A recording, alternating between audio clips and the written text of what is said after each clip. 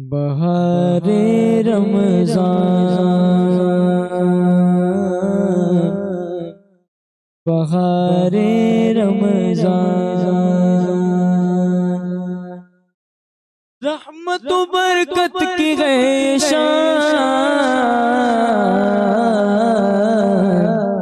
بہار رمضان، بہار رمضان۔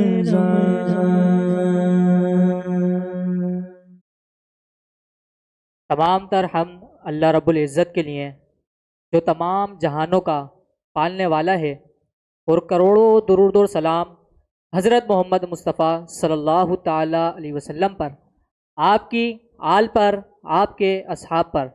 ناظرین کرام، السلام علیکم ورحمۃ اللہ وبرکاتہ۔ آپ دیکھ رہے ہیں شان اسلام چینل پر خصوصی رمضان نشریات بہار رمضان، اور میں ہوں آپ کا میزبان حافظ فہام قادری۔ ناظرین کرام، بلا تاخیر آغاز کرتے ہیں آج کی بابرکت نشریات کا، اللہ کے نام سے شروع جو بڑا مہربان نہایت رحم کرنے والا ہے، کہ تم اللہ کے سوا کسی کی عبادت مت کرو اور والدین کے ساتھ حسن سلوک کیا کرو۔ اگر تمہارے سامنے دونوں میں سے کوئی ایک یا دونوں بڑھاپے کو پہنچ جائیں تو انہیں اف بھی نہ کہنا۔ ناظرین کرام، آج ہمارا یہی موضوع ہے، والدین اور والدین کے حقوق، اور والدین کو اولاد کے لیے کیا کچھ کرنا چاہیے۔ یہی کچھ آج ہم ڈسکس کریں گے۔ سیگمنٹ ہم اور عالم میں ایک بار پھر حاضر ہیں، اور ہمارے ساتھ موجود ہیں ممتاز عالم دین حضرت علامہ مفتی تنویر حسین اتاری صاحب۔ السلام علیکم ورحمۃ اللہ وبرکاتہ۔ وعلیکم السلام ورحمۃ اللہ وبرکاتہ۔ مفتی صاحب، آپ کا ایک بار پھر خیر مقدم ہوں۔ انہی کے ساتھ موجود ہیں معروف ثنا خاں جناب محترم حافظ غلام عباس قادری صاحب۔ السلام علیکم ورحمۃ اللہ وبرکاتہ۔ جی وعلیکم السلام ورحمۃ اللہ وبرکاتہ۔ حافظ صاحب، آپ کا بھی شکر گزار ہوں۔ جزاک اللہ۔ اور انہی کے ساتھ کم سن ثنا خاں محمد عمر رضا قادری بھی موجود ہیں۔ السلام علیکم ورحمۃ اللہ وبرکاتہ۔ وعلیکم السلام ورحمۃ اللہ وبرکاتہ۔ بہت شکریہ بیٹا، آپ ہمارے جزاک اس اللہ۔ نشریات کا حصہ بنے۔ آئیے آغاز کرتے ہیں۔ میں چاہوں گا مفتی صاحب سے کہ ماں کے حوالے سے تو بہت فضائل ہم نے سنے ہیں، کیا باپ کے حوالے سے بھی کوئی حدیث ہے تو سنا دیجیے۔ بسم اللہ الرحمن الرحیم۔ جیسا کہ ہمارے معاشرے میں ماں کو بہت ہی زیادہ جو ہے وہ اہمیت دی جاتی ہے۔ یقیناً ماں کی اہمیت بھی ہے، کیونکہ جو ماں ہوتی ہے وہ گھر کو مکمل کرتی ہے، لیکن ایسا نہیں ہے کہ باپ کی اہمیت کم ہو جائے گی۔ باپ گھر کا جو ہے وہ حاکم ہوتا ہے اور افسر ہوتا ہے گھر کا، تو اس کی اہمیت اپنی جگہ ہے، اور احادیث میں اس کے بھی فضائل بیان کیے گئے ہیں۔ جس طریقے سے ماں کا دل دکھانا جو ہے وہ گناہ ہے، ویسے ہی باپ کا دل دکھانا اور اس کو ناراض کرنا یہ گناہ ہے، بلکہ حدیث میں فرمایا گیا، نبی کریم صلی اللہ تعالیٰ علیہ وسلم نے فرمایا کہ باپ کی رضا میں رب کی رضا ہے، کیا بات ہے، اور باپ کی ناراضگی میں رب کی ناراضگی ہے۔ اللہ اکبر، اب اللہ ہمارے یہاں اگر اس حدیث پر اگر غور کر لیا جائے کہ ہمارے یہاں باپ کی راضی یا ناراضگی کی کوئی پرواہ نہیں کی جاتی، یعنی اگر کوئی کام گھر میں اگر کرنا ہے، مشورہ ہونا ہے، تو اس میں سب سے زیادہ امپورٹنس دی جاتی ہے کہ ماں کیا کہتی ہے، امی جان کیا کہیں گی، والدہ کیا کہیں گی۔ لیکن باپ کی اہمیت اس وجہ سے نہیں ہوتی کیونکہ باپ کا وہ لاڈ نہیں دکھتا، باپ کا وہ پیار نہیں دکھتا، لیکن باپ کی رضا میں رب کی رضا ہے، اور باپ کی ناراضگی میں رب کی ناراضگی۔ یہ حدیث پاک ہے جو کہ کتب کے اندر موجود ہے، اور اس کے حوالے سے علماء کرام نے مزید اور بھی احادیث بیان کی ہیں۔ امام جلال الدین سیوطی شافعی رحمۃ اللہ تعالی علیہ نے اس حدیث کے تحت اور بھی احادیث بیان کی ہے جو باپ کے حوالے سے ہے، اور ایک حدیث میں تو یہ بھی بیان کیا گیا ہے کہ باپ جو ہے وہ جنت کی اوپر والی چوکھٹ ہے۔ عام طور پہ ہم ماں کے بارے میں سنتے ہیں کہ ماں کے پاؤں تلے جنت ہے، لیکن یہ حدیث بھی ہے کہ حضور نبی کریم صلی اللہ تعالی وسلم نے فرمایا کہ جنت کی جو اوپر والی چوکھٹ ہے وہ باپ ہے۔ تو یہ حدیث میں جو ہے باپ کے حوالے سے بھی فضائل موجود ہیں۔ کچھ لوگ کہتے ہیں کہ باپ جنت کا دروازہ ہے، تو یہ باپ جنت کا دروازہ بالکل ہے، جیسے کہ حدیث میں فرمایا گیا ہے کہ باپ جو ہے جنت کی اوپر والی چوکھٹ ہے، تو چوکھٹ دروازے کو ہی کہتے ہیں، یعنی اگر ہمارے سامنے کوئی دروازہ موجود ہے تو اس کی نیچے والی چوکھٹ کہلائے گی، ایک دروازہ ایک ہی ہوگا، اس کی اوپر والی چوکھٹ ہوگی، تو تو نیچے اور اوپر دونوں چوکھٹ سے مل کر جو ہے وہ ایک مکمل دروازہ بنتا ہے، تو اس کو ضمناً کہہ دیا جاتا ہے کہ باب جنت کا دروازہ ہے۔ حدیث میں ایسے کوئی الفاظ موجود نہیں ہیں، لیکن میری نظر سے نہیں گزرے، لیکن اگر اس حدیث کے تحت اگر کوئی بات کہہ دے کہ باب جنت کا دروازہ ہے تو کوئی حرج نہیں ہے، کیونکہ حدیث میں باب کو جنت کی چوکھٹ ارشاد فرمایا گیا ہے۔ کیا بات ہے، کیا بات ہے، ماشاء اللہ ماشاء اللہ، بہت ہی خوبصورت انداز میں مفتی صاحب ہماری رہنمائی فرما رہے تھے۔ اب میں چاہوں گا کہ ہمارے ساتھ کم سن ثنا میں موجود ہیں، میں چاہوں گا کہ عمر رضا قادری سے کہ نعت رسول مقبول سنا دیں۔ شگر محبت جہاں مصطفیٰ گئے وہی گھر بنانے کو جی جاگتا ہے، سونے سے کم کر چاندی سی ماٹی نظر میں بسانے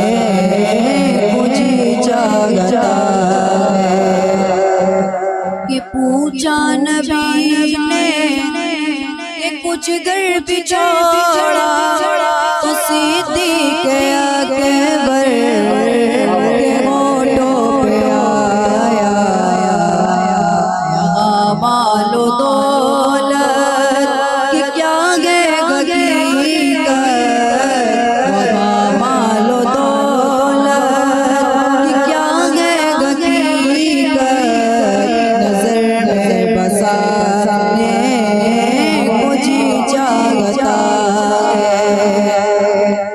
جہاد محبت کی آواز گونجی، کہاں زلان نے دلہن سے اپنی اجازت اگر دو تو جام شہادت، اجازت اگر دو تو جام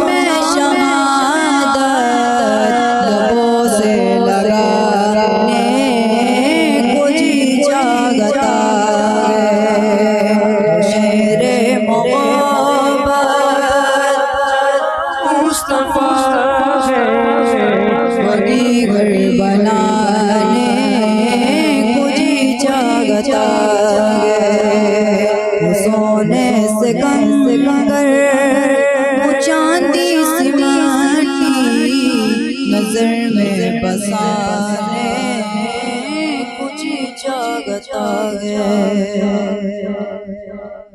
ماشاء اللہ ماشاء اللہ ماشاء اللہ، بہت ہی خوبصورت انداز میں ماشاء اللہ ہمارے کم سن ثنا کا عمر رضا قادری کریم آقا صلی اللہ تعالیٰ علیہ وسلم کی بارگاہ ناز میں محبت اور عقیدت پیش کر رہے تھے۔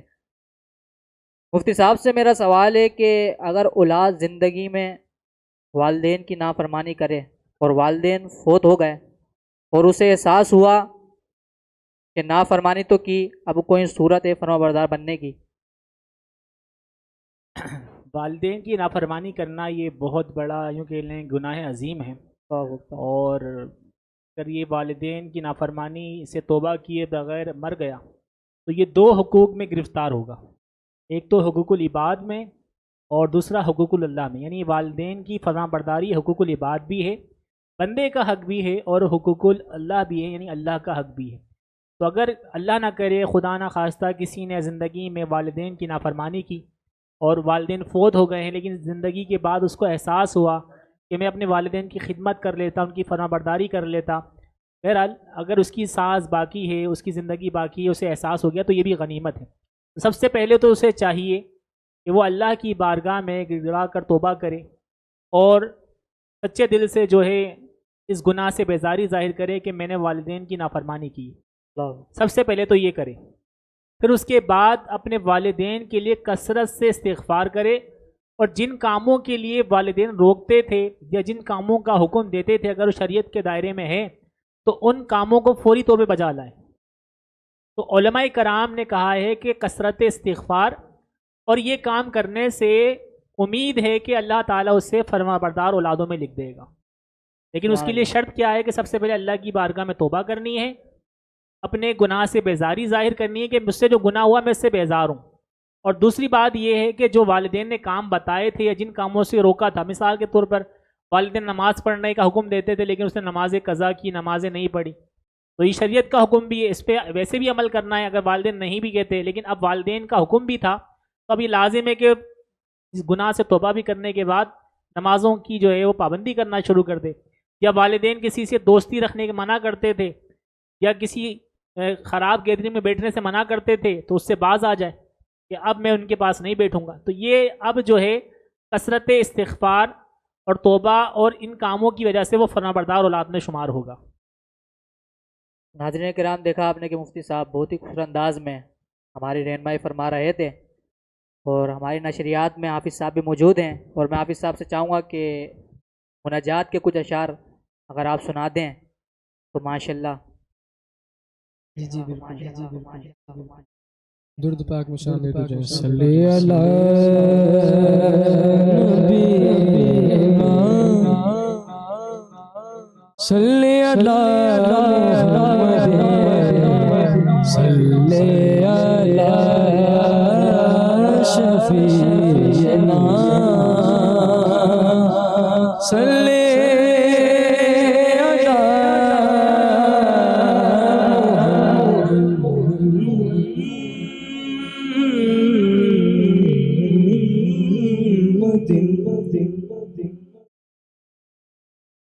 حشر میں خود کو جو دیکھوں گا بکھر جاؤں گا، حشر میں خود کو جو دیکھوں گا بکھر جاؤں گا، اپنے نہ سنبھالا تو کدھر جاؤں گا، اتنا مانو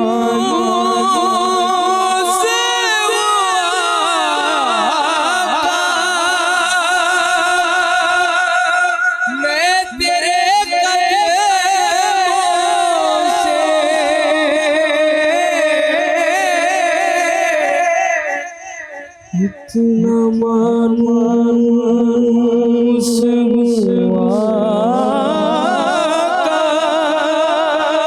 میں تیرے قدموں سے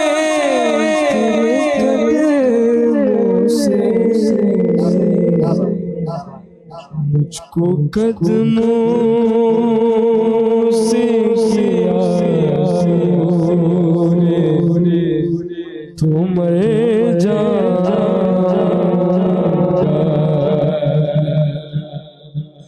عادت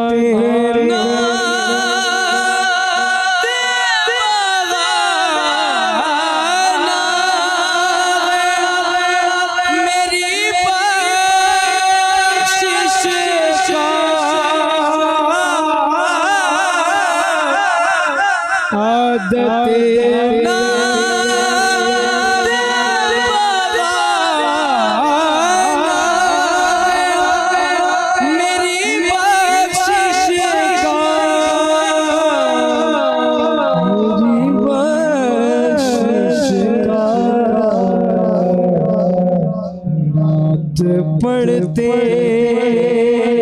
ہوئے میں سے گزر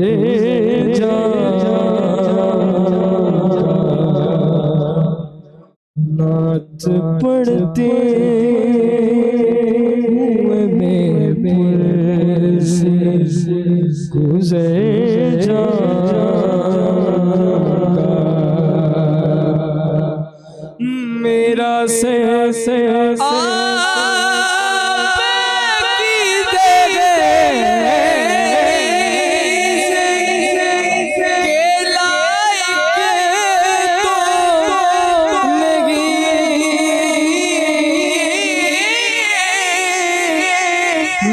میرا سے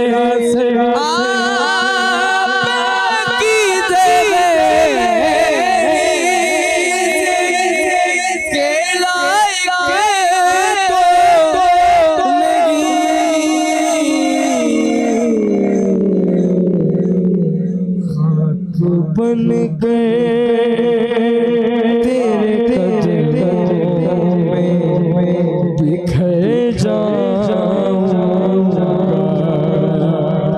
خاک بن گئے تیرے قدموں میں بکھر جاؤں گا، اتنا تڑپ تڑپ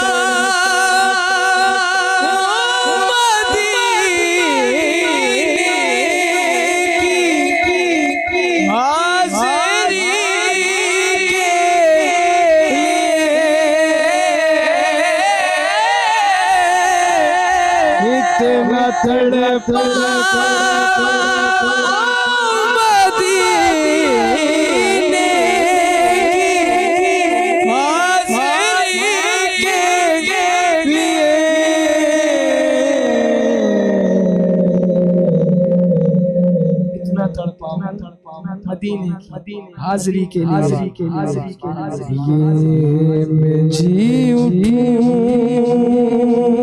گا، میں جی اٹھوں گا جو محمد کے شہر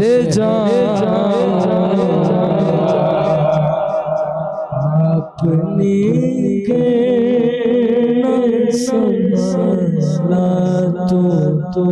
تو کدھر جاؤں گا۔